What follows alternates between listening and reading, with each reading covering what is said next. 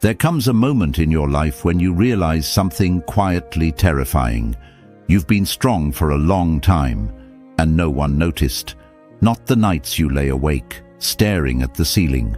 Not the days you showed up smiling while carrying weight no one could see. Not the silent battles you fought just to stay functional. And in that moment, a question appears, not loud, not dramatic, but honest. How do I survive this without losing myself? This is not a video about motivation. It's about endurance. It's about the kind of mindset that doesn't just survive good days, but survives loss, disappointment, betrayal, loneliness, and uncertainty. The Stoics understood this deeply. They didn't teach how to avoid pain. They taught how to remain whole inside it. Today, I want to share 5 habits, not rules, not hacks, habits that quietly build a mind that survives anything. Habit 1. Separate what you control from what you don't. Most suffering doesn't come from events. It comes from arguing with reality. You lose something. Someone leaves. Life changes direction without asking permission, and the mind immediately goes to war. This shouldn't have happened. Epictetus warned us about this centuries ago when he said, "Some things are up to us, and some things are not." That sentence seems simple until you live it. You cannot control what others feel. You cannot control outcomes. You cannot control time, fate, or the past. But you can control your response, your judgment, your inner posture toward what happens. A resilient mind stops demanding that life behave differently. It adapts without resentment. This doesn't make you passive. It makes you precise. You stop wasting energy on storms you cannot calm and start strengthening the one place storms cannot reach: your inner world. Habit 2. Learn to sit with discomfort without escaping. We live in an age that treats discomfort like an emergency. Silence must be filled, pain must be numbed, loneliness must be distracted. But the Stoics believed something radical, that discomfort is not the enemy. Avoidance is. Seneca wrote, "He who suffers before it is necessary suffers more than is necessary." Most pain is multiplied by resistance. A mind that survives anything learns to sit still in discomfort, without panicking, without running, without self-betrayal.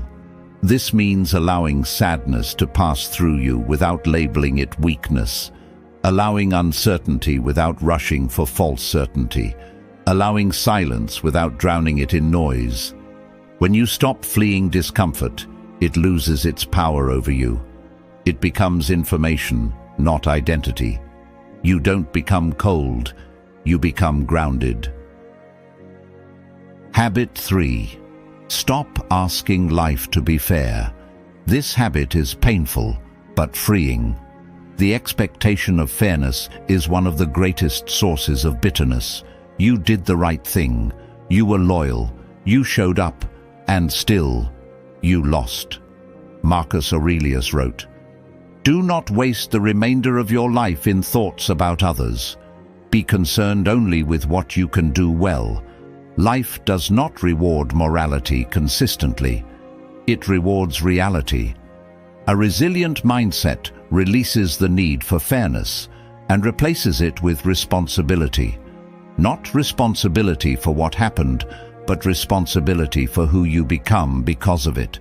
You stop asking, "Why did this happen to me?" and start asking, "Who does this require me to be now?" That shift changes everything.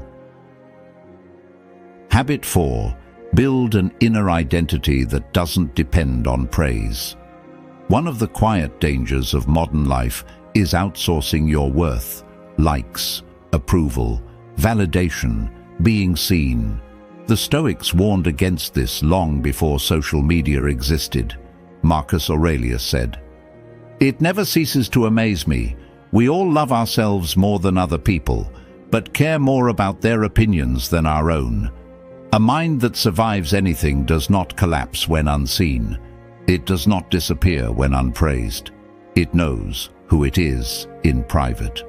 This means learning to approve of yourself quietly, doing the right thing even when it costs you recognition, remaining honest even when no one would know if you weren't. When your identity comes from within, criticism loses its sting, and praise loses its control. Habit 5. Remember that you are temporary, and so is this pain. This is the habit that softens the hardest nights. The Stoics practiced memento mori, remembrance of mortality, not to be morbid, but to be free. Seneca wrote, "We suffer more often in imagination than in reality. Everything you are going through, this version of you, this struggle, this chapter, it is temporary.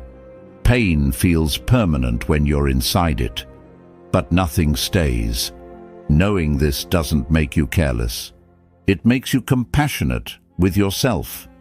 You stop demanding perfection from a passing moment. You stop judging your entire life by a single season. You breathe again." If you've listened this far, it's likely because you've lived through something that changed you. Not all at once, not loudly, but slowly, the way water shapes stone. Something that aged you quietly. Something that forced you to grow without instructions.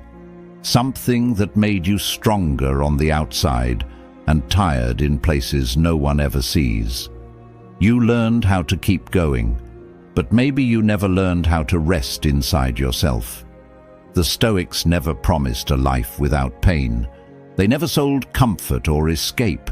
They promised something far more honest. They promised alignment with reality, not the version you wished for, but the one that actually exists. Alignment with values that don't change when circumstances do.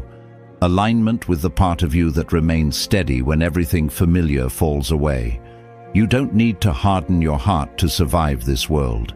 You don't need to become cold or distant or closed. You need a mind that can stand calmly in the middle of chaos without losing its shape. And that kind of strength is not built in moments of intensity. It's built slowly, quietly, habit by habit, choice by choice, day after ordinary day.